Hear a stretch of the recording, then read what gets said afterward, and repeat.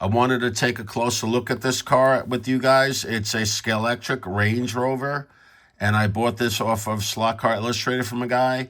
I believe it was new, and I think it might have came in a set with the James Bond car, and he just wanted the James Bond car. So I paid, I believe, $28 with shipping for this car. And I think the idea was for me to use this car, set it up as a four-wheel drive car to run around with my Ninko four-wheel drive cars, but I don't think it worked out because I couldn't fit any kind of drive, four-wheel drive system in there. But I did upgrade it with some cool wheels. These are the Mythos wheels I've spoken about before, and the Mythos tires. We saw these tires on the Scooby-Doo van and on the Monkeys mobile. And very nice items made by Mythos. These are different tires that would fit that wheel. And they'll rally. It's a company that makes a lot of rally products. You got all different treads and donuts and sizes. And these are the tires I actually used on this car, and it's MO12. And I get these parts from Pendle Slot in the UK. You can probably get them at a lot of Spanish slot car places because they're really into rally. And they have, these are the wheels I used. M28, you need 2 packs for the 4 wheels. And they have different sizes too. This one's, those were 17.5. I believe these are 19. And this is even, I think, the same size, but maybe a different pattern. A little deeper. Oh, yeah, definitely a different pattern. See, those are pretty cool. So, very nice.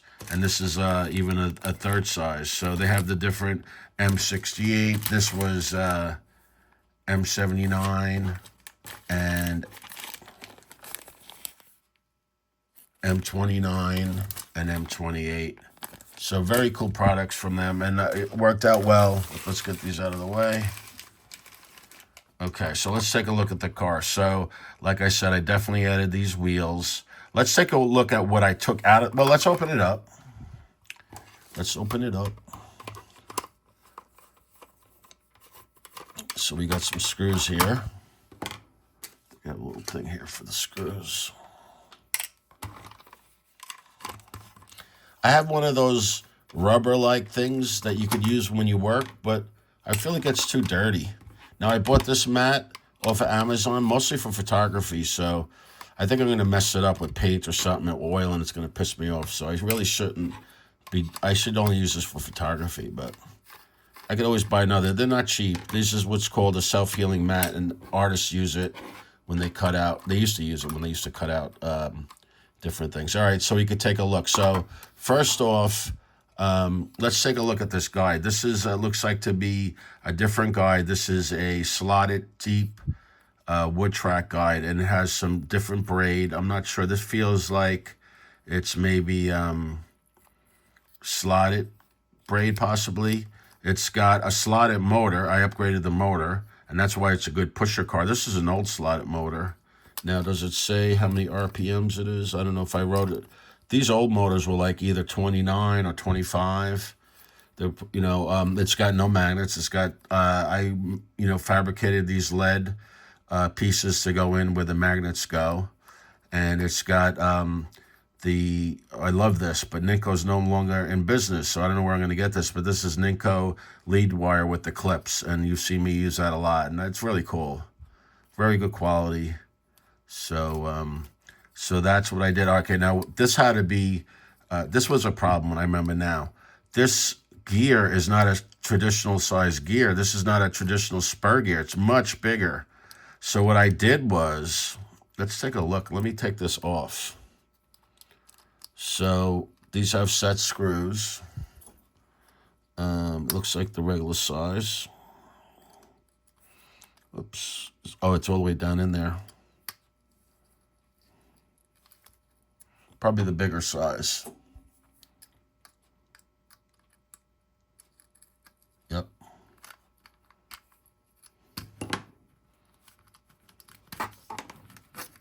Okay. All right, these are very good axles my friend would get me. He worked at McMaster Car. These are drill blank axles. You could take I know I ran out of these, but I used like probably 100 or so of these. You could take a vice grip and grab it on that, and you can't mar it. They're so hard. But let's take off this wheel.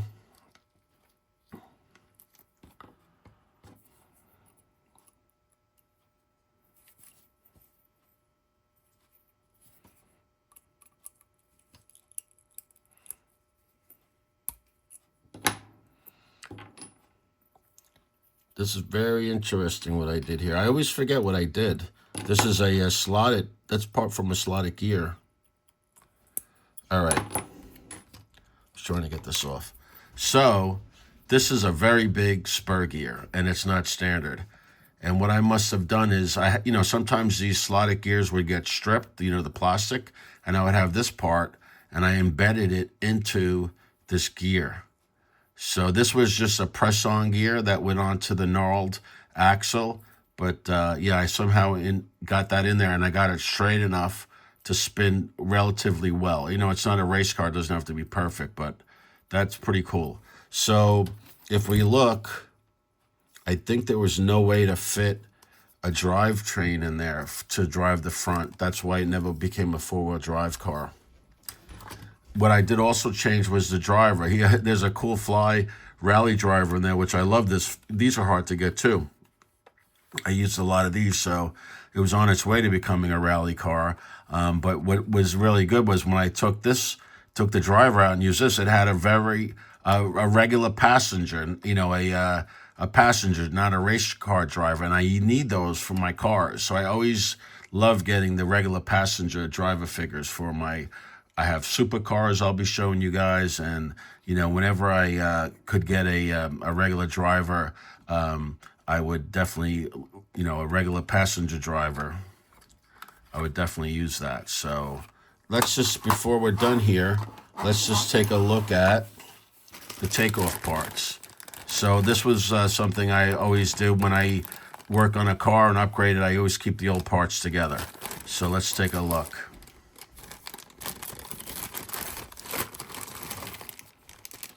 All right, so look at the wheels. Yeah, they're just plastic wheels. They look pretty good. That's why I changed the wheels too, okay? Because I couldn't get silicones for these, and these are not that grippy, and I didn't want to use magnets.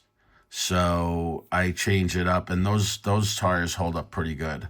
It had nylon bearings, which have been changed to brass bearings. It had, it has the knurled axle, and that's where the spur gear was in the other part of the wheel. This is the front wheels. This is the guide, so I replaced it with a much deeper guide and a little bit better braid. A little bit stronger motor, and I kept it all wired together. This car did have lights, so we did lose the lights when I did all this. But I took this all out together, so it had front and rear lights. So pretty cool project. It's a really very useful car I keep around the track.